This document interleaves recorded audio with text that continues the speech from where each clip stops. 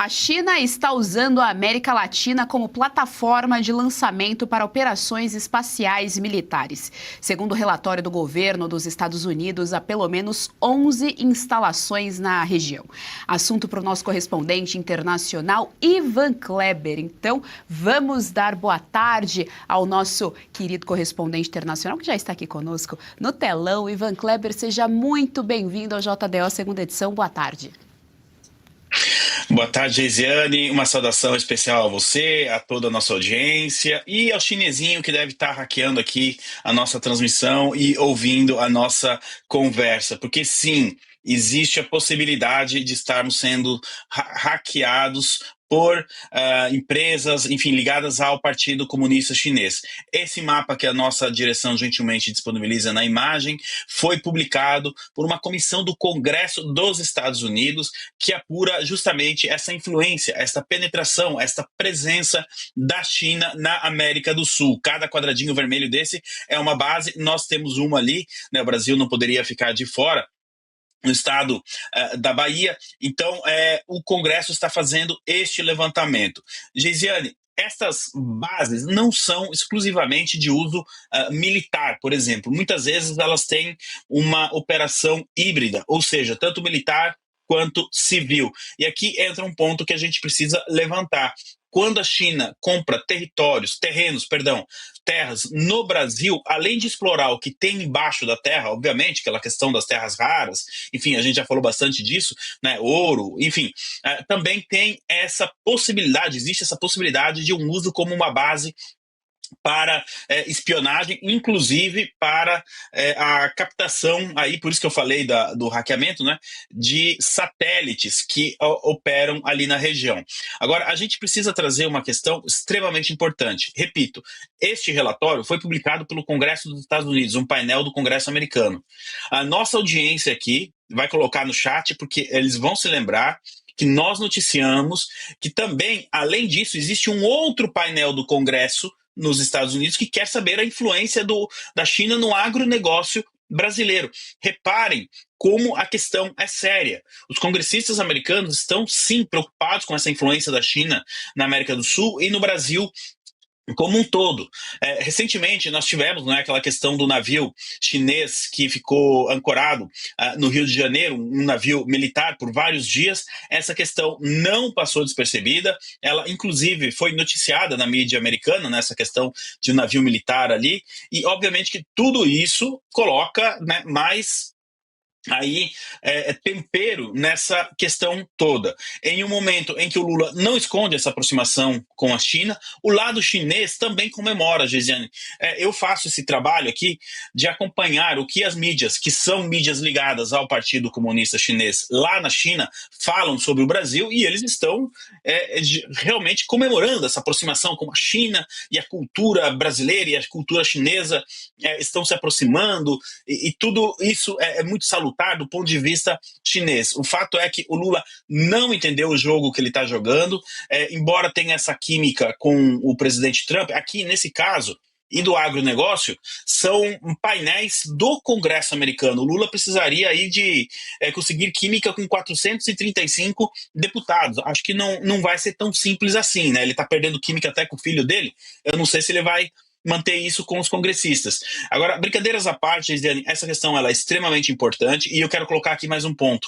Não vamos esquecer, a seção 301 está em vigor. Caiu a lei Magnitsky em relação ao ministro Alexandre de Moraes, mas a seção 301 está caminhando.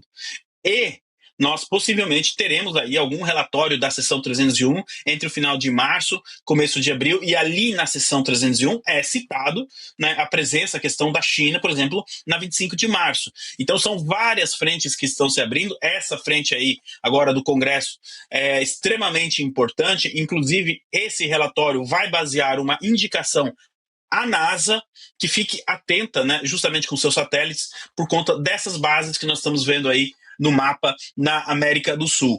Geisiane. Ivan Kleber, trago aqui à tela os nossos analistas políticos do dia, começando, claro, pelo Serrão. Serrão, sua pergunta ao nosso querido Ivan Kleber.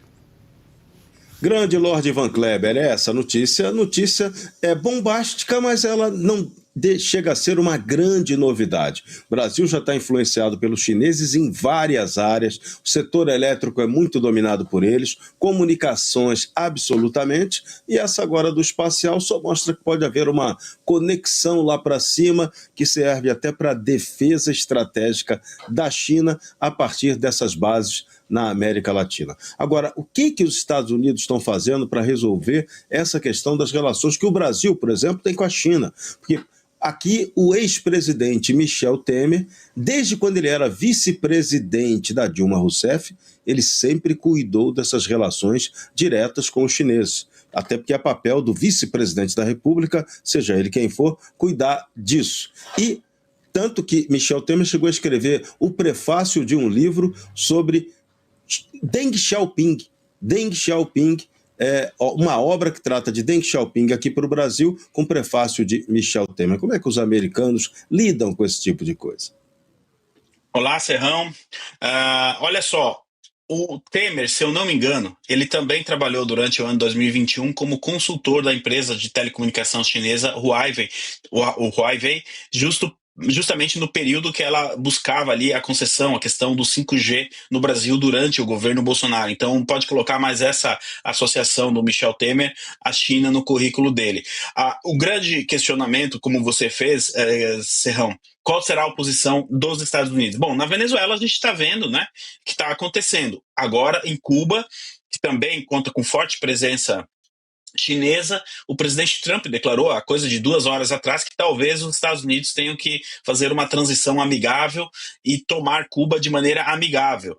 Circulam rumores já de que a elite do Partido Comunista Cubano, do regime cubano, já está negociando uma saída de Cuba para um exílio. Onde seria esse exílio? Será que no Brasil? Acho que o Lula não seria tão irresponsável assim, possivelmente na China. Então, algumas ações o governo americano já está tomando, né? E esses relatórios estão sendo publicados, né? A gente teve esse do Congresso que a gente trouxe aí com esse mapa, e também eu estou muito curioso, estou acompanhando isso, inclusive nós aqui da Revista Oeste, junto com o Carlo Cauti e eu, nós trouxemos em primeira mão no Brasil essa questão lá do Congresso americano investigar a influência da China no agronegócio brasileiro, né? Nós estamos acompanhando isso justamente porque eu estou muito curioso. Em base a esses relatórios, Serrão, é que nós teremos uma noção de qual será a questão da China. Agora, tem uma informação que está passando despercebido, que é o seguinte: na primeira quinzena de março, o presidente Trump estará reunido com vários presidentes da América Latina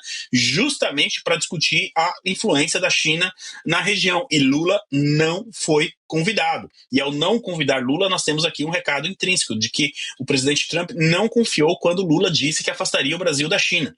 O Trump sabe, o Marco Rubio sabe, toda a administração Trump sabe disso.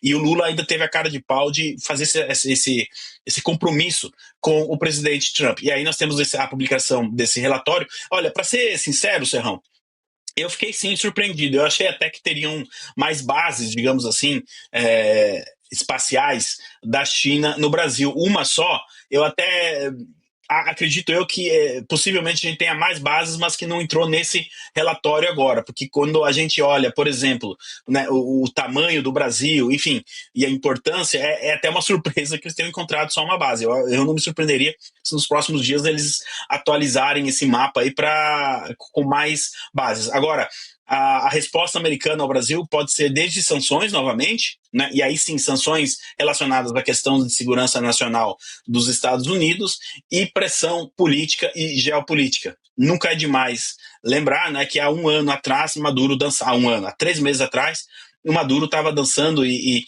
pedindo Pix lá. Acho que o Pix era para ele usar na defesa dele lá em Nova York, mas enfim, as coisas estão acontecendo muito mais rápido do que nós imaginamos. Tá aí a imagem do Maduro dançando, agora ele está dançando lá em um presídio no Brooklyn. Serrão, Geisiane, eu devolvo para você. Dançando, pedindo Pix, né? Todo ali na malemolência e cantando Imagine também, viu? Vale lembrar. Olha só, passo a palavra agora à doutora Kátia Magalhães. Estamos com o querido Ivan Kleber. Sua pergunta. tarde, Ivan. Você falou em monitoramento da China e uma ideia puxa outra. Monitoramento no Brasil me lembra o Judiciário, me lembra TSE. E China me lembra aqueles acordos secretos entre o Judiciário não foi entre o Executivo de Lula, não. Foi entre o Judiciário e o Partido Comunista Chinês, supostamente sobre a temática de inteligência artificial. Parece que está tudo tão conectadinho, né, Ivan? E aí eu te pergunto, quando é que a Casa Branca, quando é que a CIA vai ter acesso ou vai se interessar, se é que já não se interessou, por esses tais acordos? Será que as figuras que estariam por trás dessa tremenda aproximação com a China não estariam no Palácio do Planalto e sim nas Cortes de Justiça, Ivan? Doutora Kátia, é sempre uma alegria estar aqui com a senhora. Olha só, extremamente importante o ponto que a senhora abordou. Eu estou focando muito na questão do agronegócio, mas a senhora, obviamente, sendo do judiciário, levanta uma questão relevante, porque nós sabemos que na China existe um controle total daquilo até mesmo que as pessoas publicam nas redes sociais. A China tem a sua própria rede social, enfim, eu acho até uma hipocrisia, né? Quando alguns parlamentares do Partido dos Trabalhadores vão para a China, eles postam no X, antigo Twitter. Para isso eles precisam usar VPN, né? Então, nós sabemos desse controle e dessa aproximação, como a senhora disse, com a Suprema Corte do Brasil. Seria uma tentativa, né, de implementar o modelo chinês no Brasil. Nós não podemos descartar esta possibilidade. A gente sabe que essas pessoas têm sede de censura e de controle. Então, o modelo chinês lá na China funciona. Por que não, né, do ponto de vista deles, tentar aplicar isso no Brasil? É algo que a sociedade precisa ficar atenta, porque se depender do Partido Comunista Chinês, eles controlam tudo, desde uma venda ali de uma bala no supermercado até mesmo a venda de uma residência. Tudo é controlado na China e acredito que alguns atores políticos no Brasil gostariam de copiar esse modelo. Sobre a CIA e a Casa Branca, olha só, doutora Kátia, relatórios como esse colocam uma pressão enorme na CIA, justamente e na própria Casa Branca para que se faça alguma coisa. Eu acredito que os Estados Unidos estão sim acompanhando tudo isso que está acontecendo. Eu acho que se a gente parar para pensar com a cabeça fria, de um ano para cá, muita coisa aconteceu nesse sentido. Já citei aqui os casos de Venezuela, o próprio caso de Cuba, a ajuda que os Estados Unidos deram para o Javier Milei, né, conseguir a vitória nas midterms na Argentina, também foi por conta para impedir, né, que um presidente pró-China vença as próximas eleições, e eu tenho fortes razões para acreditar que o Brasil não vai passar despercebido nessa questão. Nesse ponto, vamos aguardar aí a tão anunciada visita de Lula a Washington, não é, ao presidente Trump, o que pode sair dali.